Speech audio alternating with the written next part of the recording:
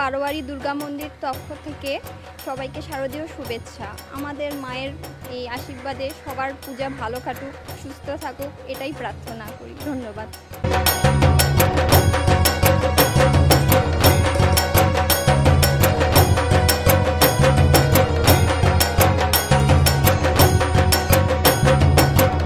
আমাদের প্রথমে বোধন থেকে পূজা শুরু, ঠিক আছে। বোধন থেকে পূজা শুরু করে মায়ের পূজা শুরু হচ্ছে এবং তারপরে ষষ্ঠী তিথি, ষষ্ঠী থেকে সরার পরে সপ্তমী তিথি। আজকে সপ্তমী, মহাসপ্তমী পুজো, সপ্তমী মায়ের পূজা আজকে হলো। এখন হবে কালকে আবার মহা অষ্টমী, তারপরে মহানবমী এবং পরের দিন দশমী। এই দশমীর মধ্যে দিয়ে আমাদের পূজার বিসর্জন ঘোষণা শুরু হয়।